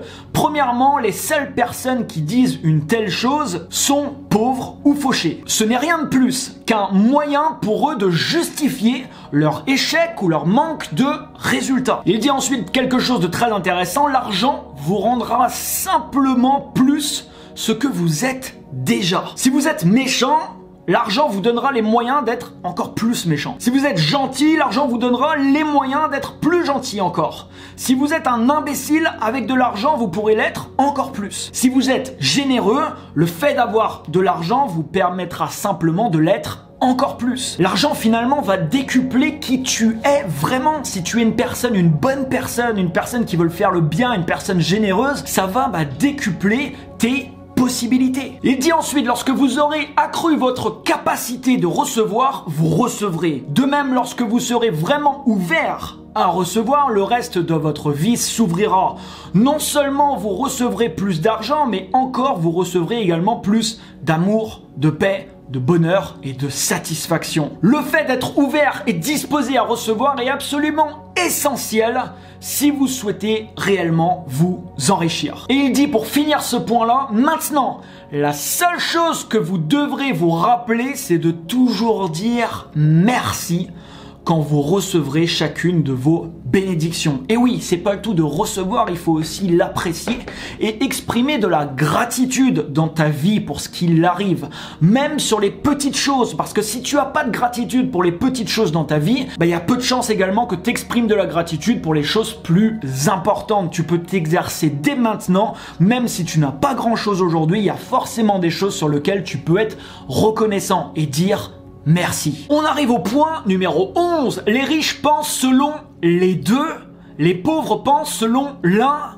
ou l'autre. C'est un point extrêmement important qui partage. Écoute bien ça. Les riches vivent dans un monde d'abondance. Les pauvres vivent dans un monde de limites. Bien entendu, les deux vivent dans le même monde physique, mais ils ont des perspectives différentes et une vision différente sur le monde et sur ce qui les entoure. Les pauvres et la plupart des gens de la classe moyenne font dans la dèche, comme il appelle ça. Ils vivent selon des devises comme « il n'y a pas de temps à se partager » ou « il n'y a jamais assez et on ne peut pas tout avoir ». Tu as certainement entendu souvent cette expression. Et il dit à ce propos, mais bien qu'on ne puisse pas tout avoir au sens de tout ce qu'il y a dans le monde, je crois qu'il est certainement possible d'avoir tout ce qu'on veut vraiment. Souhaitez-vous jouir d'une carrière réussie ou d'une bonne relation avec votre famille? Sa réponse est les deux. Souhaitez-vous vous concentrer sur les affaires ou vous amuser? Les deux. Souhaitez-vous avoir de l'argent ou un sens à votre vie? Encore une fois de plus, les deux. Souhaitez-vous faire fortune ou travailler dans ce que vous aimez? Encore une fois, les deux. Les riches comprennent qu'avec peu de créativité, on peut presque toujours trouver le moyen d'avoir le meilleur des deux mondes. À compter d'aujourd'hui, quand vous serez confronté avec un choix l'un ou l'autre, la question primordiale à se poser est la suivante. Comment puis-je avoir les deux? Et tu verras que souvent, si tu te poses cette question, tu vas généralement trouver des solutions. Il dit à ce propos, cette question peut changer votre vie. Elle vous fera passer de la dèche et des restrictions à un univers de possibilités et d'abondance. Alors il dit ensuite, cela s'applique pas uniquement aux choses que vous désirez, mais à toutes les dimensions de votre vie. Et il utilise ensuite une phrase très intéressante pour définir l'argent. Écoute bien ça, l'argent est un lubrifiant.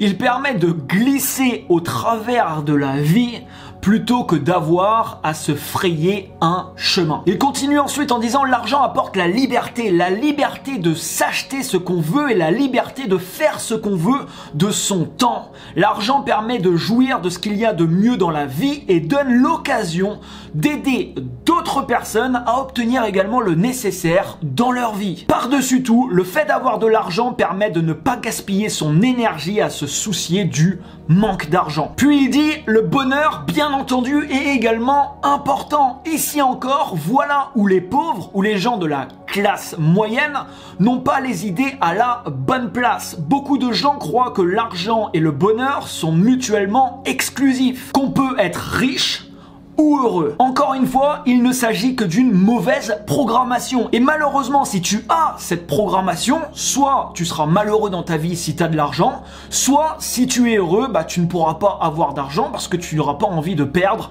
ce bonheur. Les gens qui sont riches dans tous les sens du terme comprennent qu'ils doivent avoir les deux. De même qu'on doit avoir des bras et des jambes, on doit aussi avoir de l'argent et du bonheur. Voilà donc une autre différence majeure entre les riches, les gens de la classe moyenne et les pauvres. Les riches croient qu'ils peuvent avoir à la fois le beurre et l'argent du beurre. Les gens de la classe moyenne croient pour leur part qu'ils peuvent avoir le beurre, mais pas l'argent. Quant aux pauvres, ils croient qu'ils ne méritent ni le beurre ni l'argent. La pensée selon l'un ou l'autre fait aussi trébucher les gens qui se disent « si j'en ai plus, alors quelqu'un d'autre en aura moins ».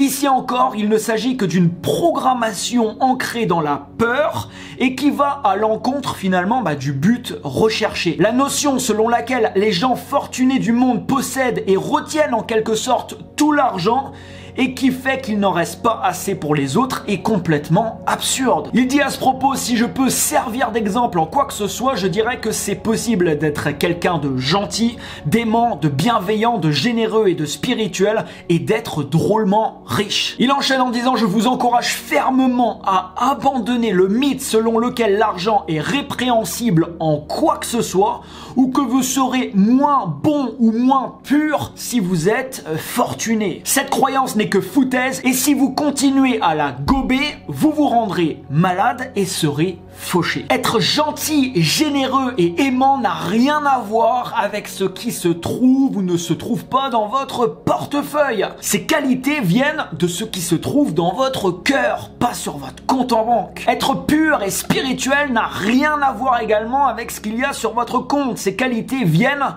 de ce qui se trouve dans votre âme. Le fait de penser que l'argent vous rend bon ou mauvais d'une manière ou d'une autre constitue la pensée selon l'un ou l'autre. Et c'est malheureusement une mauvaise programmation qui nuit à ton bonheur et à ta réussite. Et combien de gens malheureusement ont cette croyance vraiment implantée dans leur tête? Malheureusement, ça sera très compliqué pour eux d'atteindre les objectifs qu'ils veulent atteindre. Si c'est ton cas, enlève-toi définitivement cette pensée de la tête. Il termine ce point en disant, si vous souhaitez vraiment mener une vie sans limite, quelle que soit la situation, abandonnez la pensée selon l'un ou l'autre et entretenez l'intention d'avoir les deux. On arrive au numéro 12 qui est un point également extrêmement important. Écoute bien ça, les riches se concentrent sur leur valeur nette, les pauvres se concentrent sur leur revenu gagné. Il commence en disant, la richesse se mesure réellement à la valeur nette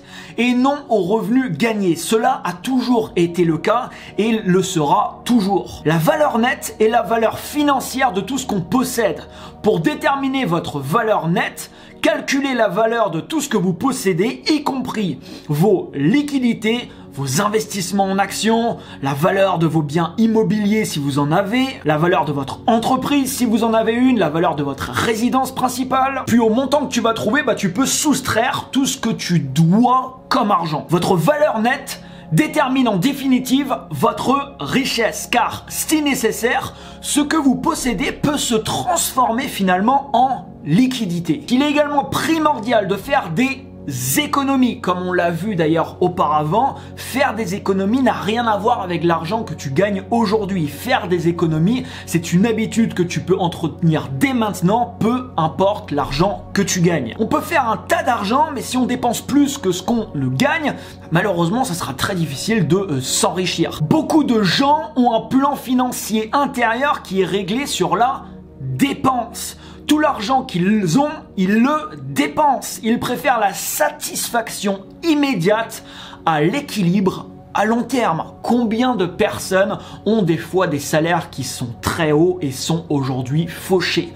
Tout simplement parce que leur salaire monte et ils veulent une meilleure voiture, ils veulent une meilleure maison, ils font un nouveau crédit pour vivre dans un confort un petit peu plus intéressant. Le problème, c'est qu'ils concentrent zéro effort sur des investissements potentiellement qu'ils peuvent faire et qui vont leur rapporter de l'argent sur le long terme. L'argent qu'ils reçoivent, et peu importe le montant, ils le dépensent au fur et à mesure dans des choses dont la valeur diminue sur le long terme, au lieu de le dépenser dans des choses où la valeur grandit sur le long terme. Et ça, c'est également un état d'esprit qui est complètement opposé et qui va attirer à toi, sur le long terme, des résultats qui le seront tout autant. Il dit ensuite, dès qu'on commence à économiser une bonne partie de son revenu, on peut passer au stade suivant et faire croître son argent au moyen de l'investissement. En général, plus on excelle dans l'investissement, plus vite on fait croître son argent et on génère une plus grande valeur nette. Les riches consacrent le temps et l'énergie nécessaires pour apprendre à investir et à s'y connaître en matière d'investissement. Les pauvres croient que l'investissement est réservé aux riches,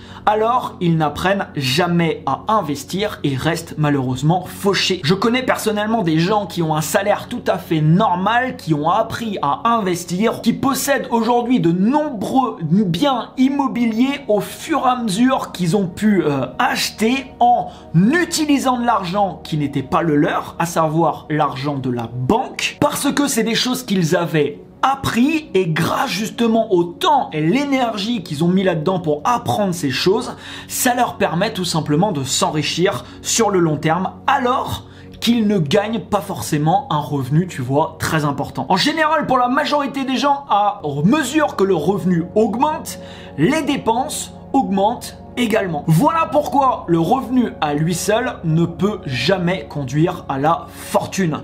Tout ça fait partie d'une stratégie globale et c'est pas simplement relié à ce que tu touches comme revenu. Ils finissent point, écoute bien, en disant: par conséquent, si vous avez l'intention de devenir millionnaire ou plus, vous devez vous concentrer sur la nécessité de bâtir votre valeur nette qui, comme nous l'avons mentionné, repose sur beaucoup plus que simplement le revenu. On arrive au point numéro 12. Les riches gèrent bien leur argent, les pauvres gèrent très mal leur argent. Il dit à ce propos: les gens fortunés ne sont pas plus intelligents que les pauvres.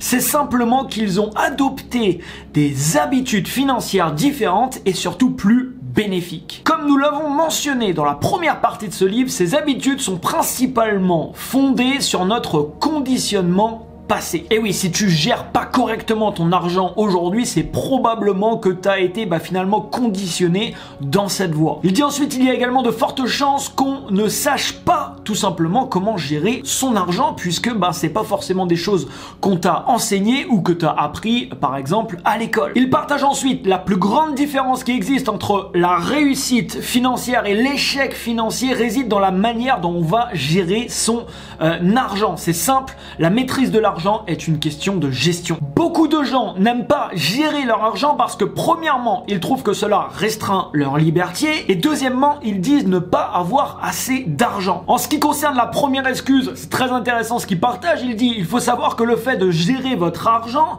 ne restreint en rien votre liberté. Au contraire, cela a plutôt pour effet de la favoriser. La gestion de votre argent vous permet d'en venir à connaître l'autonomie financière de manière à ce que vous n'ayez plus jamais à travailler. À ce propos, la majorité des gens cherchent à avoir une liberté court terme, à contraire de beaucoup de personnes qui visent la liberté à long terme. Par exemple, beaucoup de gens n'arrivent pas vraiment à s'imposer des choses à soi-même, des choses à faire tous les jours dans le but de construire des résultats intéressants sur le long terme, mais qui sur le court terme n'apportent pas au final pas grand chose. Et malheureusement, si tu n'arrives pas à t'imposer dans ta vie une certaine discipline personnelle pour atteindre là on parle de liberté, ça peut être une grande liberté par la suite, les choses deviennent généralement compliquées. Et si tu observes bien ce qui se passe, les gens pourtant arrivent à se discipliner pour d'autres personnes. C'est-à-dire que si tu as un job aujourd'hui et si tu dois te rendre à 9 h tous les jours sur ton lieu de travail, généralement tu vas avoir cette discipline d'aller à 9 h sur ton lieu de travail. Donc si tu as cette discipline pour d'autres personnes et cette discipline également pour toi-même, apprends des choses, passe à l'action, mets des habitudes en place quotidiennement qui vont au final pouvoir sur le long terme t'apporter les résultats que tu désires. Quant à la deuxième excuse des personnes qui disent je n'ai pas assez d'argent à gérer, au lieu de se dire quand j'aurai beaucoup d'argent je me mettrai à le gérer, ils devraient plutôt se dire quand je me mettrai à gérer mon argent, j'en aurai beaucoup. C'est pas une question de quantité d'argent que tu reçois ou que tu as actuellement. C'est une question de commencer à faire les choses dès maintenant, puisque si tu prends dès maintenant cette habitude et tu commences à apprendre des choses au niveau de la gestion financière et de l'investissement par exemple, c'est des choses que tu garderas également quand tu auras plus d'argent. Mais surtout, c'est des habitudes qui vont te permettre d'avoir plus d'argent par la suite. Commencez par bien gérer l'argent que vous avez, peu importe le montant,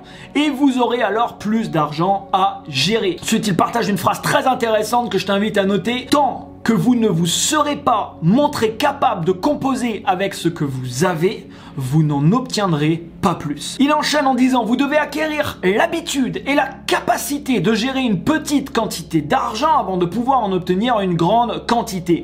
Rappelez-vous que nous sommes des créatures attachées à nos habitudes et que par conséquent, l'habitude de gérer notre argent est plus importante que la quantité d'argent que nous avons à gérer.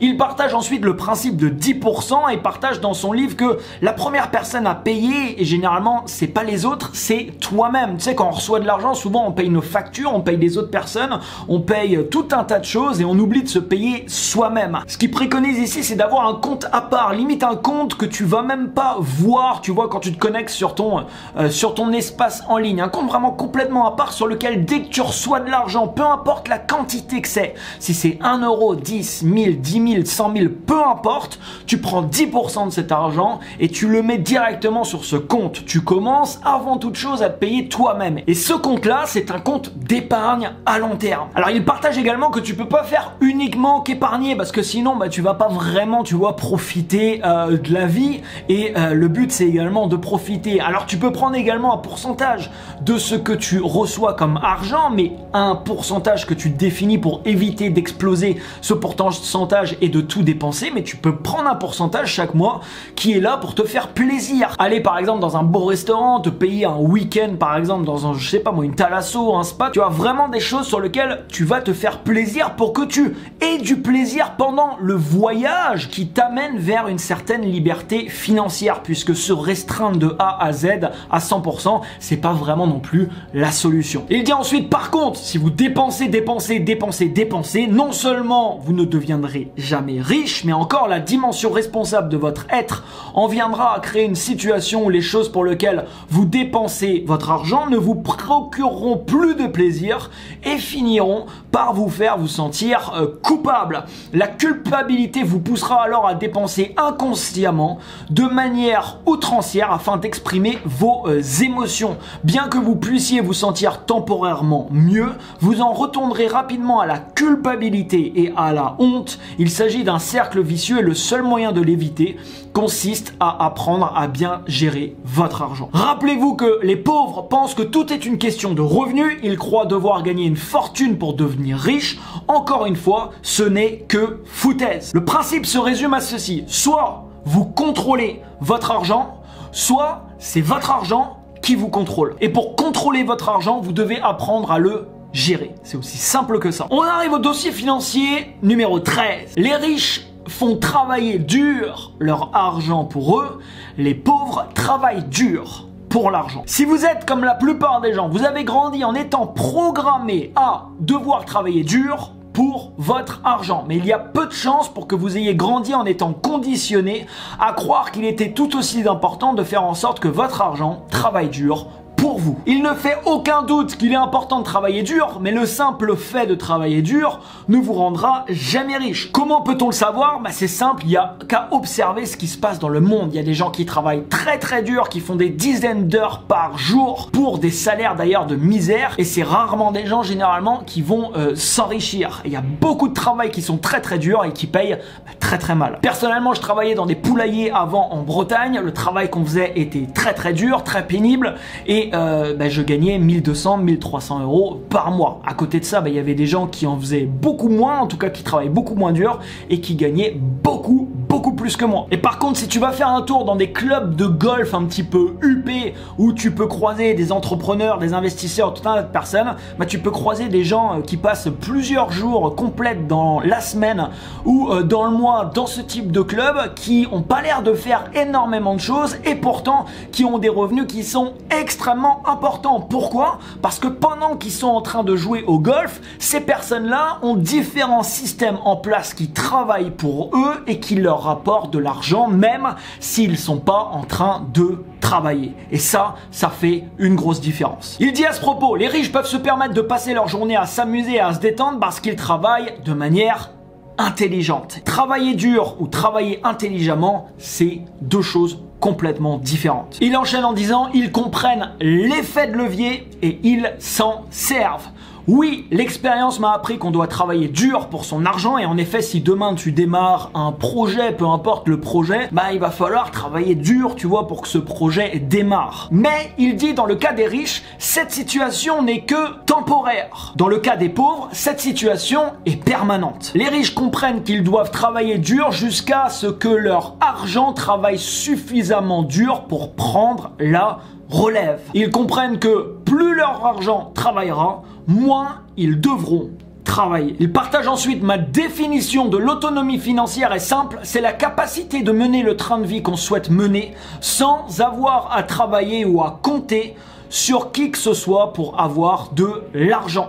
Remarquez qu'il y a de bonnes chances pour que le train de vie que vous souhaitez mener vous coûte de l'argent. Par conséquent, pour être autonome, vous devez gagner de l'argent sans travailler. Nous avons largement fondé notre choix de carrière et de secteur commercial sur la génération de revenus professionnels. Si vous aviez compris dès un jeune âge que vous deviez vous donner pour un but financier principal de vous créer des revenus hors exploitation, ça veut dire quoi des revenus hors exploitation? C'est des revenus où tu n'as pas besoin d'intervenir, tu vois, physiquement pour gagner de l'argent. Ne remettriez-vous pas en question certains de ces choix de carrière? Les riches pensent à long terme, ils équilibrent ce qu'ils dépensent pour se divertir aujourd'hui avec ce qu'ils investissent pour être autonomes demain. Les pauvres pensent à court terme, ils vivent leur vie en fonction de leur satisfaction immédiate. J'ai de l'argent, qu'est-ce que je peux m'acheter?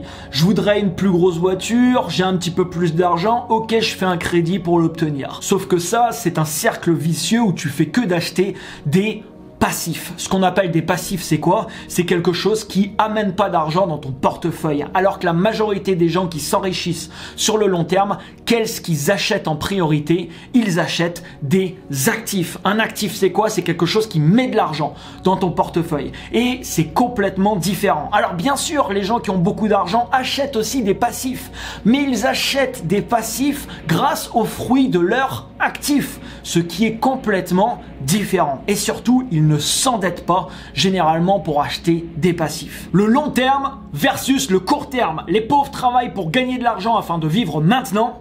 Les riches travaillent pour gagner de l'argent afin de payer leur investissement qui paieront leur avenir. Les riches achètent des actifs, des choses qui gagneront probablement de la valeur. Tu peux pas toujours être sûr quand tu achètes un actif, ça va gagner de la valeur ou pas. Mais les pauvres, généralement, qu'est-ce qu'ils achètent? C'est des dépenses, c'est des choses qui vont perdre de la valeur. On arrive au dossier financier numéro 15 et celui-là je l'aime particulièrement. Avant de te partager ça, si tu as lu dernièrement ou si tu as vraiment eu des coups de cœur dans des livres que tu as pu lire, n'hésite pas à l'indiquer en commentaire, ça te permettra de partager voilà tes coups de cœur en lecture à tout le monde. Alors le numéro 15 c'est: les riches agissent en dépit de la peur, les pauvres laissent la peur les arrêter. Il dit à ce propos: les affirmations, les méditations, les visualisations sont toutes de merveilleux outils, mais à mon avis, aucun d'entre eux ne pourra à lui seul vous apporter du vrai argent dans le vrai monde. On doit entreprendre de vraies actions pour réussir. En quoi l'action est-elle si cruciale ? Revenons-en, il dit, à notre processus de manifestation, celui qu'on a vu donc en première partie. Les pensées et les sentiments font-ils partie du monde intérieur, il dit, ou du monde extérieur?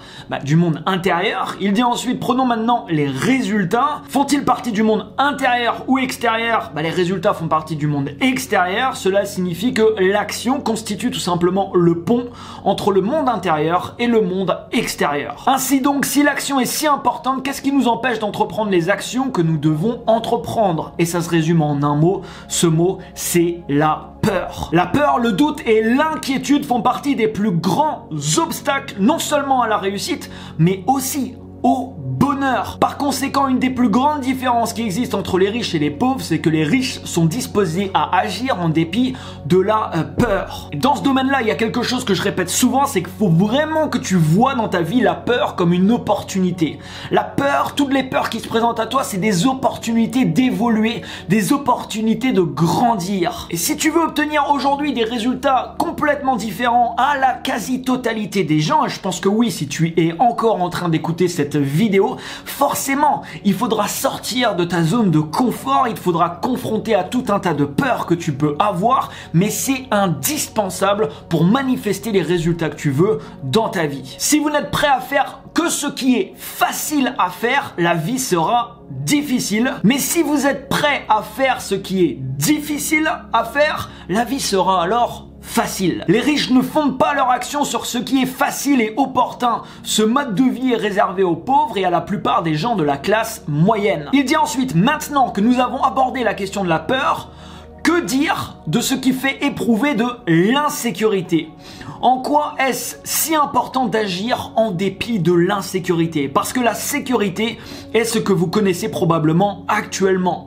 Si vous souhaitez passer à un autre niveau dans la vie, vous devez sortir de votre zone de sécurité et vous exercer à faire des choses qui vous font éprouver de l'insécurité. Et surtout d'ailleurs en matière d'argent, si tu prends n'importe quelle personne qui est devenue millionnaire en partant de zéro, bah cette personne-là, au bout d'un moment, il a dû prendre des risques, il a dû se mettre dans tout un tas de positions très inconfortables, des positions où il n'était pas vraiment, tu vois, sûr de lui non plus, mais tout un tas de choses qui font qu'aujourd'hui, il a les résultats qu'il peut avoir. Il dit, pour grandir en tant que personne, on doit élargir sa zone de sécurité. Alors, il appelle ça zone de sécurité, on peut appeler ça également zone de confort. Le seul moment où on peut réellement grandir est quand on se trouve hors de sa zone de sécurité, parce que c'est là que tu es en train de te challenger. C'est là vraiment que tu es en train de faire des choses que tu n'as pas l'habitude de faire, et c'est là que se passe la magie, l'évolution, la croissance personnelle. La première fois que vous avez tenté quelque chose de nouveau, vous sentiez-vous en sécurité ou non? Habituellement, non. Parce ce qui s'est passé par la suite, c'est que tu l'as fait une fois, tu l'as refait généralement, et puis tu te sens de plus en plus à l'aise dans cette situation, tout simplement parce que maintenant c'est une situation que tu connais. Qu'est-ce qui se passe du coup? Bah, ce qui se passe, c'est que tu es en train de grandir, tu évolues, et tu élargis ton champ des possibles. Il dit, à compter d'aujourd'hui, chaque fois que vous vous sentirez en insécurité, au lieu de vous retrancher dans votre zone de sécurité, donnez-vous une bonne tape dans le dos en vous disant « Je dois grandir et continuer d'aller de l'avant ». Il dit ensuite, voici une équation que j'aimerais que vous vous rappeliez le reste de votre vie. ZS égale ZR. Et ça veut dire quoi ça? Ça veut dire votre zone de sécurité est égale à votre zone de richesse. En élargissant votre zone de sécurité, vous augmentez la taille de votre revenu et vous élargissez votre zone de richesse. Plus vous devez vous sentir en sécurité, moins de risques vous serez disposé à prendre, moins d'occasions également vous saisirez, moins de gens vous rencontrerez et moins de nouvelles stratégies vous mettrez à l'essai. Plus votre sécurité deviendra votre priorité, plus la peur s'emparera de vous. Il dit ensuite que les gens qui ont pour objectif dans leur vie d'être en sécurité, généralement il se passe deux choses. La première chose, c'est qu'ils ne deviendront jamais riches puisque ce n'est pas cohérent avec cet objectif. La deuxième chose qu'ils partagent, c'est que malheureusement, c'est des gens qui n'arriveront pas à être pleinement heureux. Le bonheur ne provient pas du fait de mener une vie tiède, à toujours se demander ce qui aurait pu être. Le bonheur résulte du fait de se trouver dans son état naturel de croissance et de vivre en exploitant son plein potentiel. Anthony Robbins, que tu dois connaître également de nom, partage souvent évolution, croissance égale bonheur. Quand tu te sens en évolution, généralement tu te sens bien. Prenez la décision qu'à compter d'aujourd'hui, vos pensées ne seront pas maîtres de vous, mais vous serez maître de vos pensées. À compter d'aujourd'hui, votre esprit ne sera plus le capitaine du navire. Vous serez le capitaine et votre esprit travaillera pour vous. Vous pouvez choisir vos pensées, vous avez la capacité naturelle d'annuler à tout moment toute pensée qui ne vous est pas bénéfique. Vous pouvez aussi installer des pensées dynamisantes en vous à tout instant, simplement en choisissant de vous concentrer sur elles. Vous avez le pouvoir de maîtriser votre esprit. Et on arrive ensuite au dossier financier numéro 16. Les riches apprennent et grandissent sans cesse. Les pauvres croient déjà tout savoir. Ils partagent les deux mots les plus dangereux de la langue française sont « je sais ». Et tu l'as probablement remarqué, il y a des gens, ils savent tout sur tout. Mais en fait, si tu creuses un peu, au final, ils savent pas grand chose. Il y a des gens, beaucoup de gens, qui ont du mal à dire je sais pas s'ils ont pas d'informations sur quelque chose. Et ils vont essayer de répéter quelque chose qu'ils ont entendu une fois, lu dans un magazine, vu sur un post sur Instagram ou peu importe, avec des informations qui sont parfois incohérentes ou avec des informations qui découlent de leurs propres croyances ou expériences qu'ils ont pu faire dans le passé, qui définissent leur propre réalité aujourd'hui, qui définissent leur propre surtout vérité, mais qui n'est pas forcément la tienne. Le problème, c'est que si tu acceptes les vérités des autres comme une vérité pour toi-même, tu acceptes également, écoute bien ça, les limitations des autres. Il dit, pour dire les choses franchement, si on n'est pas vraiment riche et vraiment heureux aujourd'hui, il y a des chances pour qu'on ait encore à apprendre des choses aujourd'hui sur l'argent, sur la réussite et sur la vie. Comme je l'ai expliqué au début du présent livre, à l'époque où j'étais fauché, j'ai eu la chance de recevoir des conseils d'un ami multimillionnaire qui compatissait dans une certaine mesure à mon sort. Et voici ce qu'il me disait: Harve, si tu ne réussis pas aussi bien que tu ne le voudrais, tout ce que ça veut dire, c'est qu'il y a quelque chose que tu ignores. Heureusement, j'ai pris sa suggestion au sérieux et je suis passé du statut de monsieur je sais tout à celui de monsieur apprends tout. Dès cet instant, il dit tout a changé. Il y a un dicton dont l'auteur et conférencier Jim Rohn, que tu connais peut-être de nom, se sert et qui prend tout son sens ici. Ce dicton, c'est: si vous continuez de faire ce que vous avez toujours fait, vous continuerez d'obtenir ce que vous avez toujours obtenu. C'est une phrase qui est très simple, tu vois, à comprendre, qui est très logique finalement. Mais combien de personnes répètent dans leur vie exactement les mêmes actions en étant surpris qu'ils obtiennent les mêmes résultats? Tu prends ta vie actuellement, tu prends les résultats que tu as eu ces 12 derniers mois, tu auras exactement le même type de résultats ces 12 prochains mois si tu répètes les mêmes types d'actions que tu as fait auparavant. Il dit voilà pourquoi il est capital que vous continuez à apprendre et à grandir. Les physiciens sont d'accord pour dire que rien dans le monde n'est statique.